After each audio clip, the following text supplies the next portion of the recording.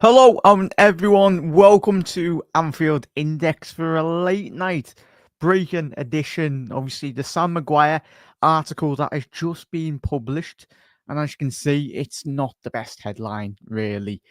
Yeah, we'll get straight into it, really, Reds. If you are watching on the repeat or if you are watching on the live, if you want to support the channel, make sure you do drop a super chat in the comment section below as well, because I know we'll probably be very busy on the live. So if you want any questions or got any your thoughts, really, get the super chats in, and very much we'll read out all of them as well. But Reds, if you are watching on the repeat, let us know your thoughts, because as you can see from the headline, the thumbnail, and the news that will be generated over the next 24 hours, it's getting reported exclusively Paris Saint-Germain have made a €100 million proposal to Virgil van Dijk.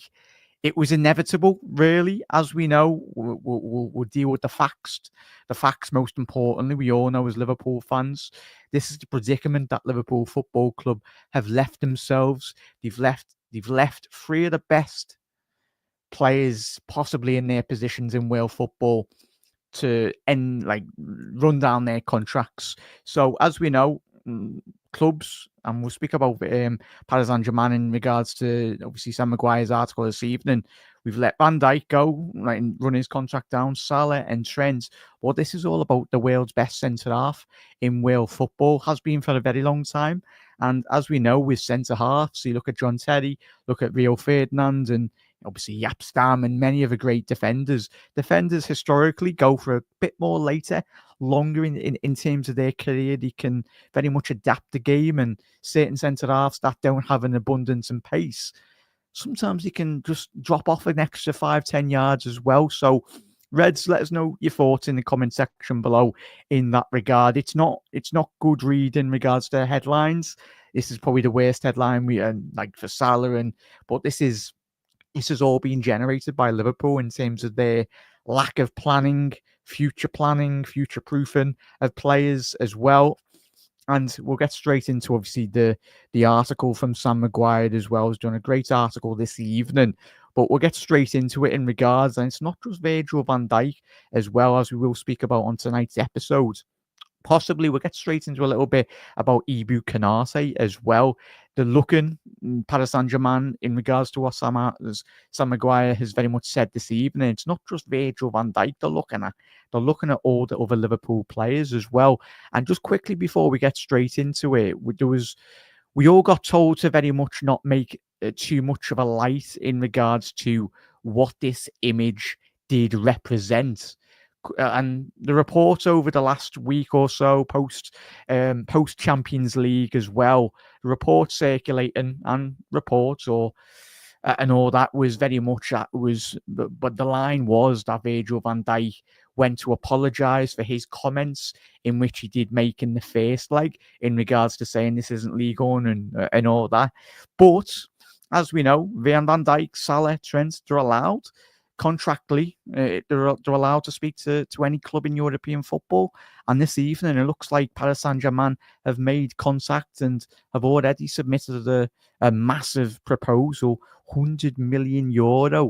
Yeah, for us normal football fans or anyone in general in life, that's ridiculous, crazy money. But it's the life of a very talented footballer playing at the best and the peak powers of his playing career as well. And sadly, we'd all love Virgil to stay, but at the minute, the club have not offered anything by all accounts, really. And we know, obviously, Virgil van Dijk's comments, not just this season, but last season and the year before, where him and the other players, Salah, they've all come to the press.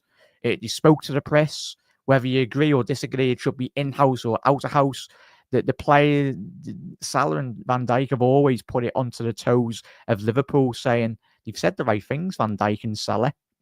We want to stay, but at the end of the day, if there's not a contract that's been agreed, then it's extremely difficult, and it leaves the speculation to go absolutely rife across world football, not just in England, but all the publications in Spain, all the publications in France as well. They're all going to generate stories and speak about it, because it's three of the best players in world football, Trent and especially Van Dijk and Salah. It's not just Liverpool fans and Liverpool Football Club that want these three lads signed. It's Paris Saint-Germain, the Real Madrids as well. Don't get me started on Real Madrid. If they start offering any of those 3 contracts, then I think it might be game over really for Liverpool, because it's Real Madrid, and I know we're massive, but it's just sometimes you can't just think about solely about Liverpool. It's Real Madrid, like as we've seen in previous transfers.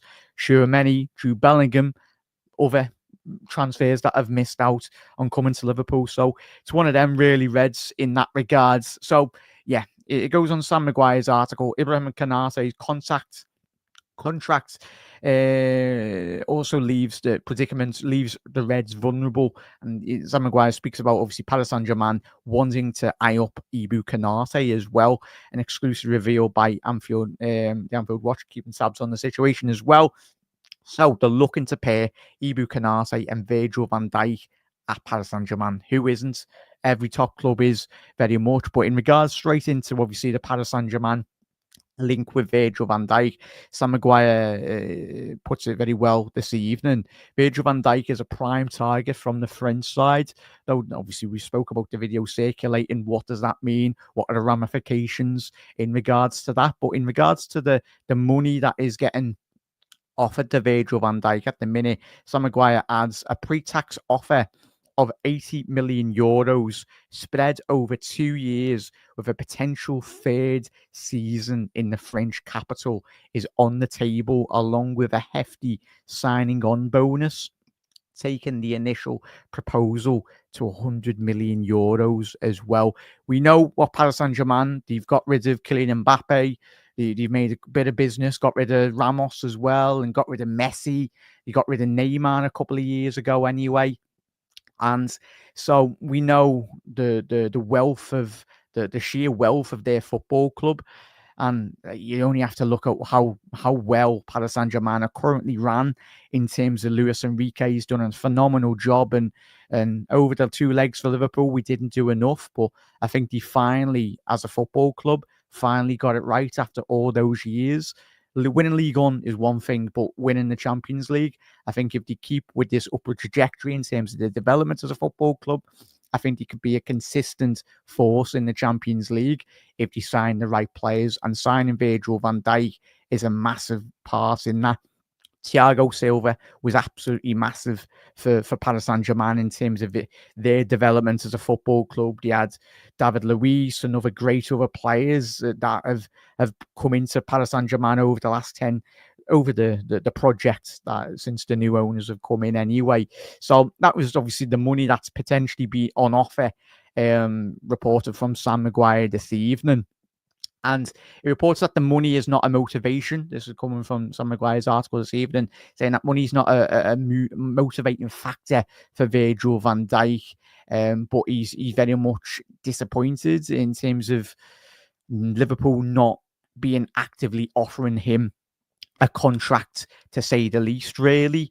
So he's felt like he's been disappointed, in all honesty, but Liverpool haven't officially, well, it's but with Everton up in the air, it leaves it to speculation and Everton as well. So it goes on to add Sam McGuire to conclude anyway. However, the Reds have very much dragged this out, taking the eye off the ball, leaving the key players feeling disrespected, forcing the captain into assessing his options. Van Dijk's only human, and modern day footballers as well. It's all well and good, us as football fans, for Liverpool fans or any fans in general.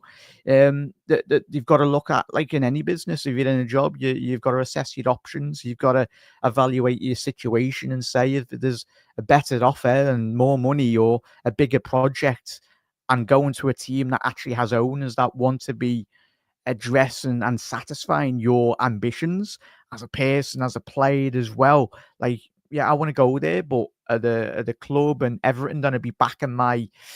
Because let's be honest, Jurgen Klopp have done absolutely amazing, and we all agree.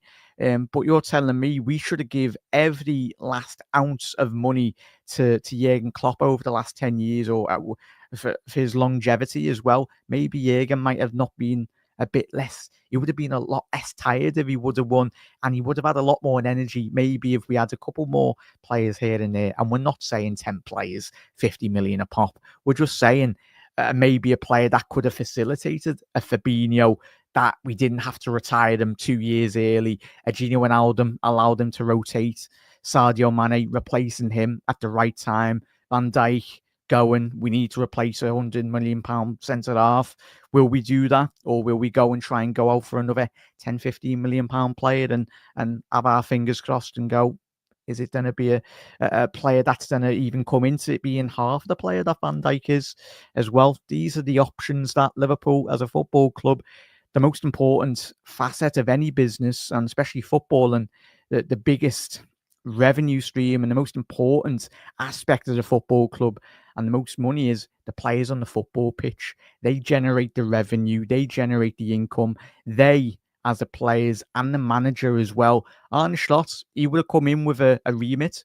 And I'm telling you now, if Arne Slot doesn't get backed, not just this season, but for the next 2 to 3 to 4 years in terms of implementing his vision, and if these three lads do go, Trent, Salah and Van Dijk, then as we've already mentioned on Sam McGuire's piece this evening, it won't just be Ebu. It'll be Alexis McAllister 2-3 years down the line. If those players that aren't getting helped in terms of transfer market, keeping those players on the toes, creating a winning environment, creating a winning culture, fundamentally, most importantly as well. So, and it goes on to conclude in terms of Sam McGuire's piece. It might still remain at the club, but Paris Saint-Germain sense that there is an opportunity to bring the world's best centre-back to the football club, rolling out the red carpet in an attempt to woo him as well. And I'm not surprised, the depth of money that Paris Saint-Germain have got. And in terms of projects, it's one of the most appealing. It has always been appealing. And it baffles me why Paris Saint-Germain as a football club, you look at Tchouaméni come through the Monaco Academy as well. Like I said this on my watch along this season, obviously when we were doing the Paris Saint-Germain game. Paris Saint-Germain should have all the best French players. They shouldn't be going to like Real Madrid and all that. Maybe, obviously, it's Kylian Mbappe. He has a dream to move. But in terms of as an infrastructure, as a club, being the best French club in Ligue 1, they should have every best player in left back, right back, centre half, midfielders and attackers. They should all be coming through the Paris Saint-Germain door as well. And then if they want to leave, they can leave. But yeah, and it's always been a case with Paris Saint-Germain. They've always wanted to spend. They've been ambitious as owners as well. Yes, it's not worked in European competition, but as I said at the top of the show, I think they finally got the right man in terms of the management, and that midfield absolutely battered us in the Champions League. Let's be honest. Vitinha, João Neves, Zaire Emery, and who's the other lad anyway, Fabio Rui. So yeah, you've got top talent, and certainly adding Virgil van Dijk to the mix would be disappointing from our point of view. But you'd be looking at that team going, maybe could go places anyway. But let's get to all your comments as well. Let us know your thoughts on the comment section below as well. And as Neil said there, and probably echo what most Reds and most Liverpool fans are saying, we'll have it's only ourselves to blame. 100% there, Neil. You're spot on. And as Neil said, there could be a potential load of outgoings as well. 100%, mate. The most important thing, as we said, and say hypothetically, if Liverpool do lose Van Dijk, Trent, and Salah, it's not going to be cheap to replace them. And we know that.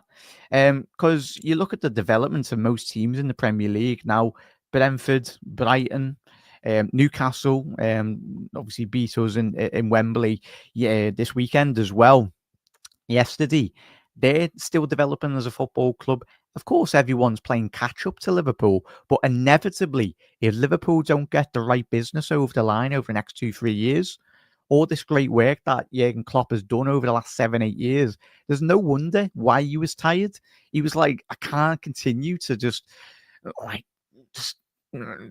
absolutely do everything and try and make these the best players. Don't get me wrong, all the players that Liverpool signed, they weren't straight away world beaters. It was great development by Jurgen and the technical team and all that. Like, they become world-class players because Liverpool give them a platform. But if the three lads want to go, then sounds, they'll always be, and forever, whether you supported Liverpool in the 70s, the 80s, players come and go. I think we can all agree with that. if Van Dijk does go, sound. But the most important thing for every Liverpool fan is we need to see some. It's not a lack of ambition. It is ambition, but most importantly, you want to make sure if those lads are going, they need to be replaced with adequate quality fundamentally, because we could be taking 5 steps, 10 steps forward, and then taking a couple of steps back as well. Because City, we know, will spend. Arsenal, when they eventually decide, Arteta puts away his speakers and all that, actually go out and get a world-class striker that is guaranteeing you 15, 25, 30 goals consistently in the Premier League. And if they keep hold of Saliba, and they're building a great infrastructure, similar to what Liverpool used to do anyway. But yeah, there's a massive summer inbound. But as you said there, Neil, there'll be plenty of Liverpool players going. But most importantly, we need to make sure that the players coming in are ready and prepared. But as I said, yeah. Big up there, John. Jack, we can't afford to keep all the 3, unfortunately. And that's the thing, John, innit? 100%, mate. But when the players do come in, you need to be ready and make sure that they've got adequate quality as well. The one thing that we as Liverpool fans were sensible. We analyse football. Every Liverpool fan around the world, we give players time. But if it's not working, it's not working with certain players, and we know the names anyway. There's reports, obviously, Sam McGuire wrote a piece a couple of weeks ago, and he broke the news that Diaz and Núñez potentially looking like he will be going to Saudi, and it didn't help really. It just added petrol to the fire, really, in regards to Darwin Núñez and Diaz when they done that little YouTube video when you were joking about Saudi. We all seen it, we all heard it as well, and you're like, maybe there might be a bit in that, really. Yeah, so it's mad. But at the end of the day, most important thing is Liverpool need to be in the best possible shape to be winning trophies, because with Liverpool Football Club, it's not an arrogance. It comes from the rich history of Shankly, Bob Paisley, the great work from Rafa, the great work from Jurgen Klopp. Jurgen Klopp spent 7-8 years building this football club back up to the pinnacle of world football, and we need to make sure that we stay there as well. Players will come and go, as we spoke with Van Dijk as well. If he goes, sounds. If he goes to Paris Saint-Germain, but I'll be disappointed from a club perspective, and others will be disappointed as a fan base. But eventually the penny has to drop with these owners as well, because it's all well and good making all this revenue from, and it's great, they're getting all this money from all the fans around the world, but the most important aspect of the business and the most expensive thing, and that generates all this revenue, is the players on the football pitch. That's the most important investment into the business of Liverpool, is the players on the football pitch. They generate and they make everything turn, and we know that.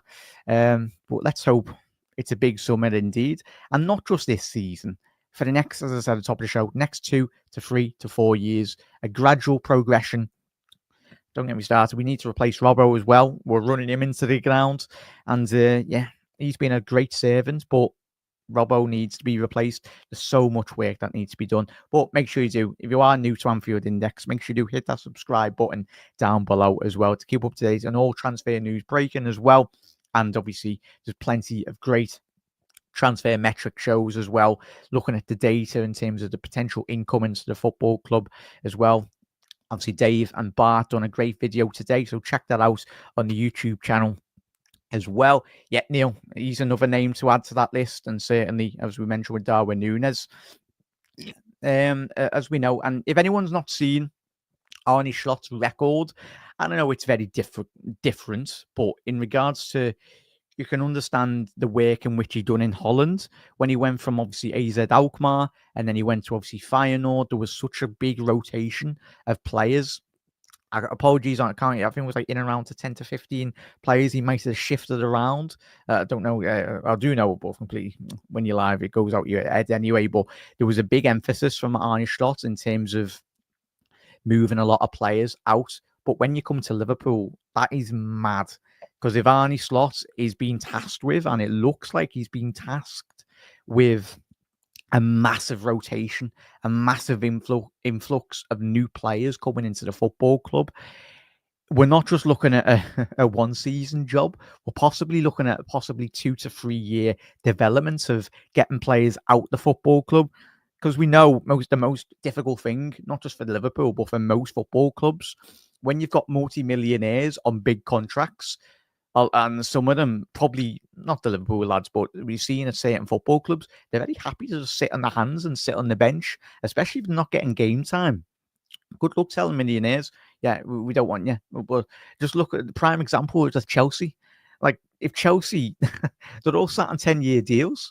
Like, they're all happy, and fair enough to all the lads at Chelsea. They've given them a 10-year deal, all on 100 grand. It's up to Chelsea to maybe actually, I think it will come down in the next 5-10 years. You might have to pay a couple of those players off to really get them off the books. Because, yeah, that's a difficult predicament they've left themselves as a football club. So, I think, Neil, I think the most important thing, and it would understand if this summer is going to be as big if we do lose Van Dijk, as we mentioned, to Paris Saint-Germain, then he's been brought in for a reason. Of course, winning football games, most importantly, but in terms of the interview process, it must have been a case of, right, you're coming in, Arne, but you're coming in with the understanding of what you've done in Holland. You've got to have a big rotation of players. And as we know, these aren't Arne Slot's players. He's got no affiliation. He's got no ties with any of these players. He's watched from a distance. And let's not forget what those lads done last year in terms of Jurgen Klopp. Those couple of those lads stopped running for Jurgen Klopp over the last 2-year periods. Of course, they were knackered. Some of them were, I can understand. Fabinho, he'd played consistently for like about 5 years or whatnot. He was knackered, but he needed help.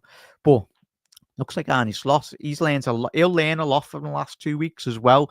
And yesterday would have been a big telling factor. Arne would have been saying a half time over the next couple of weeks, the end of the season as well. He's going to be identifying the players that are really identifying what he wants fundamentally from a footballing point of view and a perspective, really. It's like, are you actually listening to me? Are you taking my instructions on hand? Of course, like with any management and any management structure coming into any business, especially a football club like Liverpool, it's going to take time. But Arne's going into this summer window going, sound. I remember what you done a couple of months ago anyway. You didn't quite understand from a tactical point of view, because we know how astute Arne is from the touchline. He's very meticulous, really, in terms of, and he's only been here, 6-7 months? But we're watching him on the touchline going, wow, he's making changes. He's not afraid to make substitutions. He's not afraid to turf someone off like a half time, 20 minutes in or whatnot, because they're not his players. Maybe in a couple of years it might change. You might have a bit more of an affiliation, a bit more of a connection to the players, but it's very different style of management. Jurgen, as we know, was the best man manager in world football. But Arne is very different. He's very meticulous in terms of his strategical point of view. But we're bringing it back to Virgil van Dijk, if you just tuned in very late anyway. Exclusively coming from Sam McGuire, reacting to that article this evening. Exclusive, Paris Saint-Germain have made €100 million proposal to Virgil van Dijk. So, get reported quickly to summarise and to conclude this evening. Paris Saint-Germain allegedly wants Virgil van Dijk. He's set to be a prime target for the French side. In regards to what Paris Saint-Germain have allegedly looking to offer Paris Saint-Germain, Virgil van Dijk, it's a pre-tax offer of €80 million spread over 2 years with a potential third season in the French capital. This is on the table along with a hefty signing on bonus, taking the initial proposal to €100 million as well. And reporting Sam McGuire's article as well does allude to the reports of Paris Saint-Germain are wanting to bring Ibou Konaté back to France and partner them alongside the big Dutchman as well. So it's one of them Reds. But as we said at the top of the show, it's Liverpool. They've left this predicament. I know they don't want to be distracting the players, but us as fans, we want to be seeing Liverpool in the best position. And until we actually get an official announcement on Liverpool's official club sources, and we see that any of the lads signing a deal and holding up the new T-shirt with 2028 or whatever the agreement is, then speculation, and obviously from Sam McGuire's article this evening, from his exclusive, saying that Paris Saint-Germain have tabled €100 million. It's big money, but that's what happens with free transfers. We all know how they work. Massive signing on bonus, and with free agents with 6 months left on the contract, what are we, like 2, 3, 4 months left on the contract to the end of the season? They can happily speak to any sporting director, Luis Campos, or anyone, any technical directors. They'll be, I'm telling you now, Van Dijk and Salah and Trent's agents, their phones will be very busy. But Van Dijk and Salah and Trent can only say what they've said in the press. To us Liverpool fans, we want to be staying, but until the football club actually do something about it, we might be off. That's the reality, in all honesty, which is disappointing, but it is what it is. Official offers, yeah, big up there. Gareth, yeah, obviously, it's crazy money though, mate, but as we know, football over the last 20, 30 odd years, it's developed so quickly. There's so much infrastructure, so much money coming into football from every walk of life. The great money that Saudi, they're looking to invest into their league, make it into one of the biggest leagues in world football. Fair play to them if you want to spend the money, because let's be honest, the Premier League has got all the money, but the most important thing for the Premier League is, as a spectacle, as the best league allegedly in world football, we've got some of the best managers, but we need to keep the best players in the league as much as we possibly can, because Barcelona are having a resurgence. Real Madrid will eventually always be back anyway, whether they get rid of Ancelotti this season. And yeah, so it's going to be one of them. And as Gareth said there, I believe it will leave. Well, as we said, there's a generation of Reds in the 70s and 80s. We all would have went, oh, we can never replace them. Keegan left, all of them left. But the most important thing for us fans, come win, lose or draw, we get behind the Reds and we get behind any player that puts on a shirt. And most importantly, if they work their absolutely backside off on wanting to win. But the thing is, the great thing that Liverpool do and have done for the last 130 years is give players the opportunity. If you want to work very hard and put everything on the line for this football club, we'll back you and we'll get behind you. And most importantly, we'll love you even more if you turn out to be a world-class player. But sadly, at this moment in time, we don't really want to be keeping. And I understand there will be a caveat to that really, in regards to very much, it's 33 years old, but we're not saying give Van Dijk a 3-year deal. We're maybe saying a 2-year deal with an option from the club side to add a year onto that deal as well. But Reds, it's one of them. But yeah, as I said, Reds, let us know your thoughts in the comment section below in regards to this news story. But Reds, obviously, there'll be plenty to come out tomorrow in regards to obviously Anfield Index. If it's the first time for you for tuning in this evening, make sure you do hit that subscribe button down below. If you are watching on X, or if you are watching on Facebook as well, head over to the YouTube channel. Quickly closing in on 10,000 subscribers, which is fantastic. And anyone that's been listening for 14 odd years and Anfield Index, it's always much appreciated as well, Reds. But if you are watching on the repeat, let us know your thoughts in the comment section below. If you haven't already done so, do drop a like on the video. Massively helps out with everything. But Reds, see you tomorrow. You'll never walk alone. A nice one for tuning in, Reds.